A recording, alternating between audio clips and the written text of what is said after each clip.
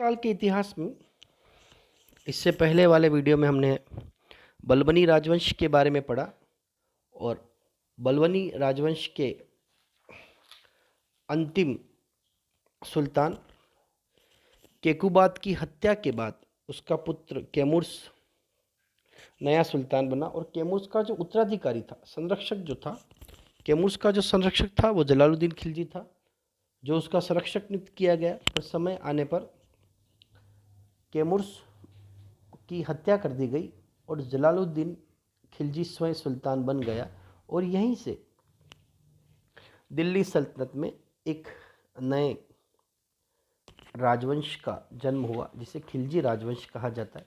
खिलजी मुख्य रूप से तुर्क ही थे जो महमूद गजनवी एवं गोरी के समय भारत आए तथा दिल्ली के सुल्तानों के समय सेना एवं अन्य प्रशासनिक पदों पर नौकरी करने लगे एवं सल्तनत काल की अव्यवस्था का फायदा उठाकर सल्तनत के स्वामी बन बैठे। भारत में खिलजी वंश का संस्थापक जलालुद्दीन खिलजी था। जलालुद्दीन खिलजी एक निष्ठावान, निष्कपट, दयालु और उदार व्यक्ति था। जलालुद्दीन खिलजी का राज्याभिषेक किलो खरी कुलाघड़ी के महल में हुआ। जलालुद्दीन बहुत वृद्ध होने के बाद शासक बना था, इसलिए उसने अपने दुश्मनों और विरोधियों के विरुद्ध दुर्बल और सरल नीति को अपनाया तथा सिद्दी मौला को विद्रोही गतिविधि में संलिप्त होने के कारण मृत्युदंड की सजा दी। नव मुसलमान 1292 ईस्वी में मंगोल नेता हलाकू के पुत्र अब्दुल्ला के नेतृत्व में मंगोल आक्रमण हुआ, परंतु मंगोल पराजित हुए। उनमें से कुछ मंगोलों ने इस्लाम धर्म स्वीकार कर लिया तथा दिल्ली के मुगलपुरा में बस गए। ये नव मुसलमान कहलाए। अर्थात सल्तनत काल के समय में मंगोलों ने इस्लाम धर्म को स्वीकार करने के बाद तो दिल्ली में ही बस गए, तो इन लोगों को नव मुसलमान कहा गया। जलालुद्दीन की हत्या 1296 ईस्वी में उसके भतीजे अलाउद्दीन खिलजी ने की एवं स्वयं सुल्तान बन गया। अलाउद्दीन खिलजी। अलाउद्दीन खिलजी के पिता का नाम शहाबुद्दीन खिलजी था, जो जलालुद्दीन खिलजी का भाई था। जलालुद्दीन खिलजी ने अपनी पुत्री का विवाह अलाउद्दीन खिलजी से किया। भीलसा, चंदेरी एवं देवगिरी पर सफल अभियानों से अलाउद्दीन खिलजी को अपार धन प्राप्त हुआ और अलाउद्दीन ने जलालुद्दीन खिलजी की हत्या करवाई एवं सत्ता हासिल की। जलालुद्दीन को मारने में शामिल जो षड्यंत्रकारी थे उसमें अलाउद्दीन खिलजी, उलुग खां अलाउद्दीन का भाई और मोहम्मद सलीम। दक्षिणी भारत पर आक्रमण करने वाला प्रथम मुसलमान अलाउद्दीन खिलजी था एवं विजय प्राप्त की। अलाउद्दीन खिलजी को कड़ा मानकपुर में सुल्तान घोषित किया गया एवं इसका राज्याभिषेक दिल्ली में बलबन के लाल महल में हुआ। अलाउद्दीन के समय में हुए विद्रोह। गुजरात विजय के पश्चात लूट के माल को लेकर नव मुसलमानों ने विद्रोह किया। ये रणथंभौर के शासक हमीरदेव से जा मिले। पहला विद्रोह। दूसरा विद्रोह जो किया गया वह अकत खां का विद्रोह था। तीसरा विद्रोह था मलिक उमर बदायूं का गवर्नर एवं मंगू खां अवध का गवर्नर का विद्रोह। और चौथा था दिल्ली में हाजी मौला का विद्रोह। विद्रोह के दमन के लिए अलाउद्दीन खिलजी ने क्या अध्यादेश जारी किए? अमीर वर्ग की भूमि और संपत्ति जब्त कर ली जाए। गुप्तचर प्रणाली का गठन किया गया। दिल्ली में शराब बंद कर दी गई और अमीरों के परस्पर मेल मिलाप एवं त्योहारों पर रोक लगा दी गई। अमीर खुसरो का अलाउद्दीन खिलजी का राजत्व सिद्धांत जो था वह था, अमीर खुसरो ने अलाउद्दीन के लिए राजत्व के सिद्धांत का प्रतिपादन किया। अलाउद्दीन को जिल्ले इलाही माना गया, परंतु यह सिद्धांत शरीयत के सिद्धांत पर आधारित नहीं था। इसमें इस्लामी सिद्धांतों का सहारा नहीं लिया गया, धर्म को राजनीति से अलग रखा गया। अलाउद्दीन ने खलीफा की सत्ता को मान्यता दी, लेकिन प्रशासन में उनके हस्तक्षेप को स्वीकार नहीं किया। उसने इस्लाम, उलेमा, खलीफा किसी का सहारा नहीं लिया और वह निरंकुश राजतंत्र में विश्वास करता था।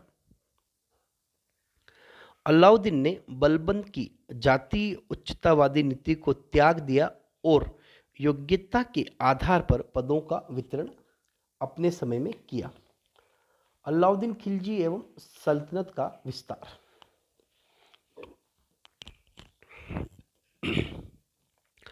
उत्तर भारत पर किए गए अभियान। गुजरात अभियान। अलाउद्दीन का प्रथम सैन्य अभियान 1291 ईस्वी में गुजरात के विरुद्ध था। इस अभियान का नेतृत्व उलुग खां एवं नुसरत खां ने किया। गुजरात का बघेला राजपूत रायकरण कर्णदेव द्वितीय पराजित हुआ और गुजरात के मार्ग से जैसलमेर विजित किया गया।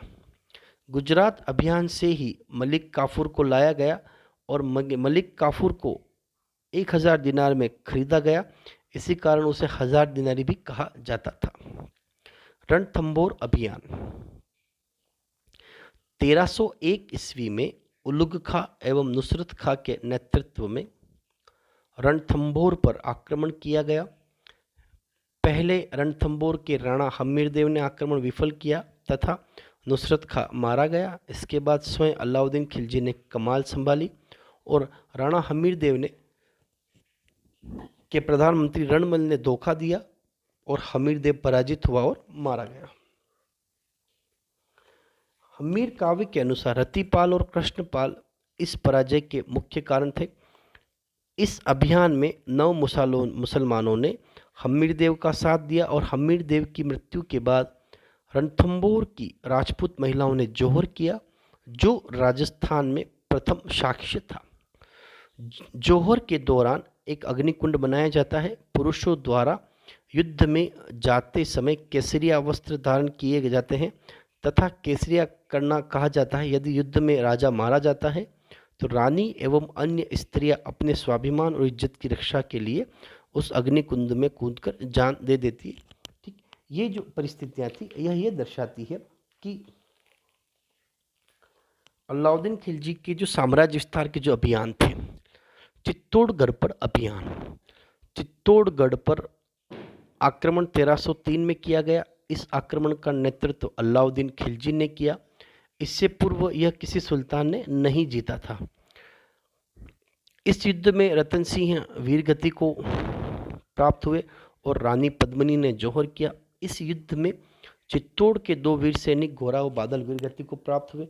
चित्तौड़ पर अधिकार कर चित्तौड़गढ़ को अपने पुत्र खिरज खां को सौंप दिया गया और इसका नाम खिरजाबाद किया गया।